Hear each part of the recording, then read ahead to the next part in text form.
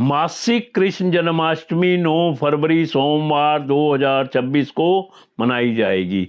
मासिक कृष्ण जन्माष्टमी 10 फरवरी प्रातःकाल 12:09 से 1:01 तक, अवधि 52 मिनट। फाल्गुन कृष्णाष्टमी प्रारंभ 9 फरवरी प्रातःकाल 5:01 से, अष्टमी तिथि समाप्त 10 फरवरी प्रातःकाल 7:27 तक। श्री कृष्ण भगवान पिछले अवतार में वणिक थे, तब उन्हें जहां तहां से जबरदस्त तिरस्कार मिला था।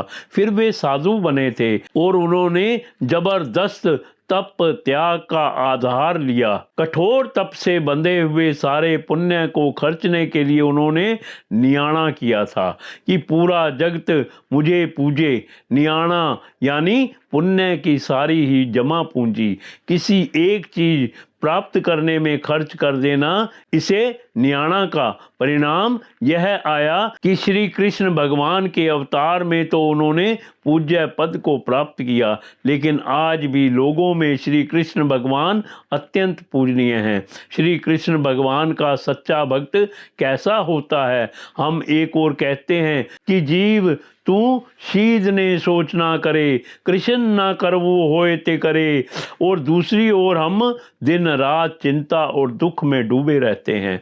तो यह श्री कृष्ण भगवान की सच्ची भक्ति कैसे कही जाएगी? एक बार श्री कृष्ण शरणम मम कहकर हमने श्री कृष्ण भगवान की शरण ली, तो फिर चिंता किस बात की?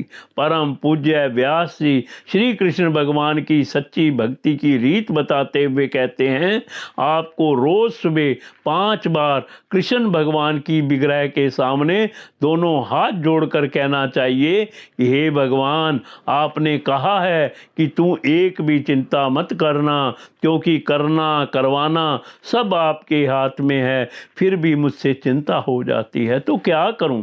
मेरी तो दृढ़ इच्छा है कि एक भी चिंता नहीं करूं।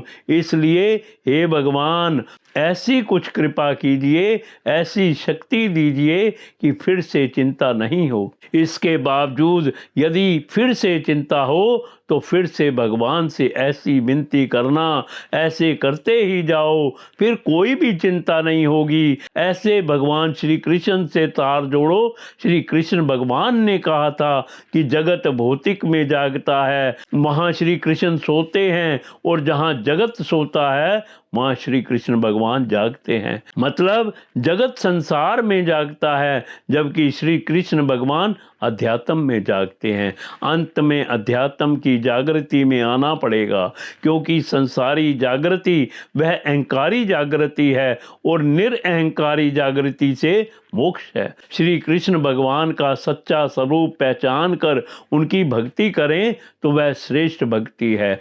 मूर्त स्वरूप की भक्ति में भक्त और भगवान अलग रहते हैं। सच्चे श्री कृष्ण भगवान का साक्षात्कार एक ज्ञानी पुरुष ही करवा सकता है। खुद के सच्चे स्वरूप का ज्ञान हो तब हमें अंदर ही आत्मा का साक्षात्कार होता है, और वही सच्चे श्री कृष्ण हैं।